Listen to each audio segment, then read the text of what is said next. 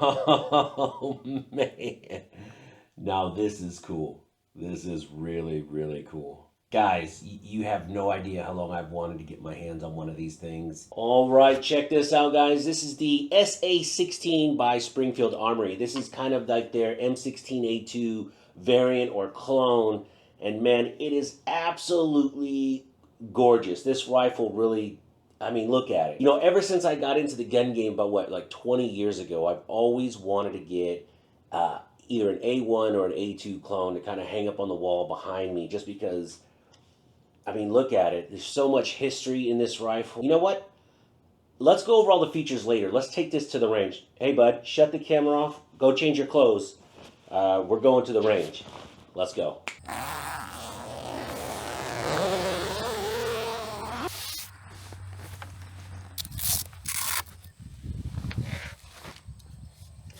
All right, guys, now that we're at the outdoor range, we're going to shoot the SA16 a little bit, kind of stretch it out, see what it can do. I haven't shot iron sights, and I can't tell you how long. You know, it's just not something I do anymore, but we're going to stretch this out, probably just about 100 yards today, have some fun, and see what it can do. We'll go over all the features and specs back in the studio, but for now, I can't wait, man. Let's shoot this thing.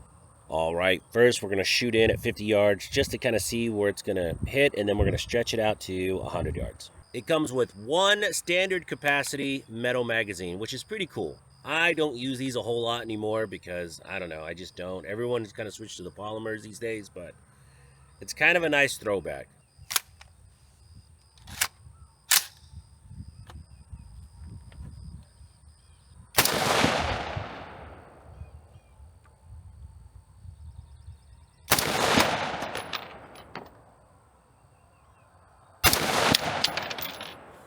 I'm a little rusty.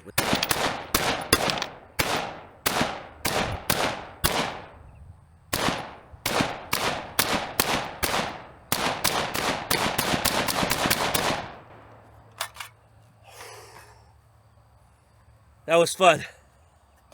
This is a fun rifle. All right, let's see how we did. First shot, well, first mag at 50 yards. But check this out, not bad.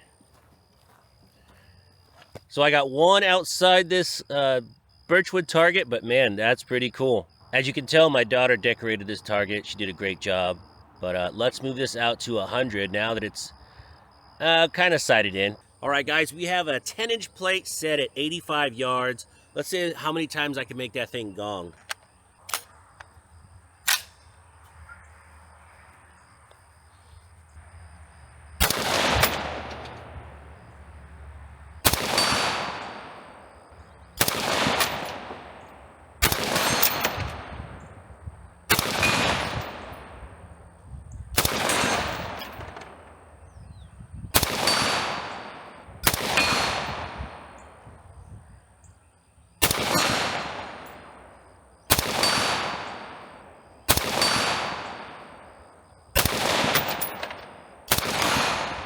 Keeps turning.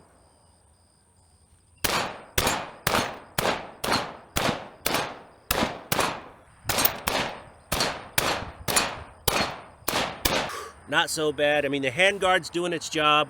I forgot what these things were like. It's been a long time since I've shot one of these with a handguard like this, but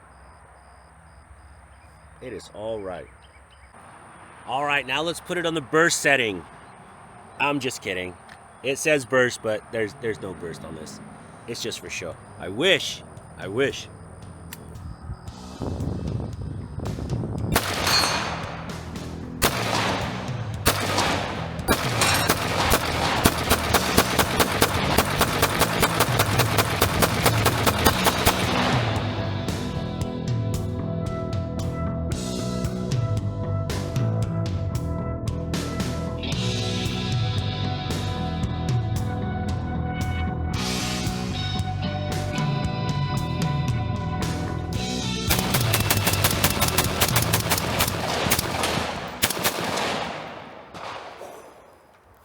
You can stand right here.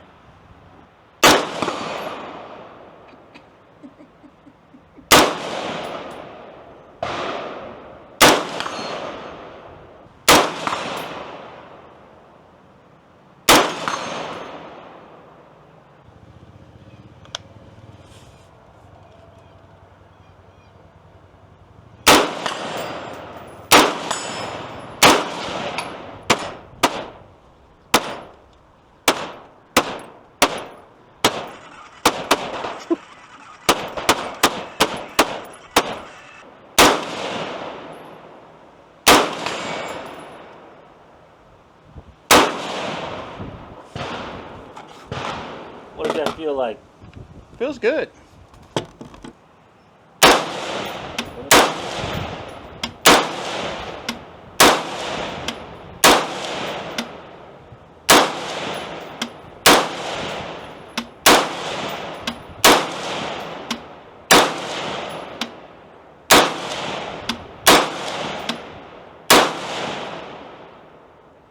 Done? Yep. What do you think about that, buddy? That was so much fun. All right, guys, we are back from the range, and we actually went to the range on 2 separate days.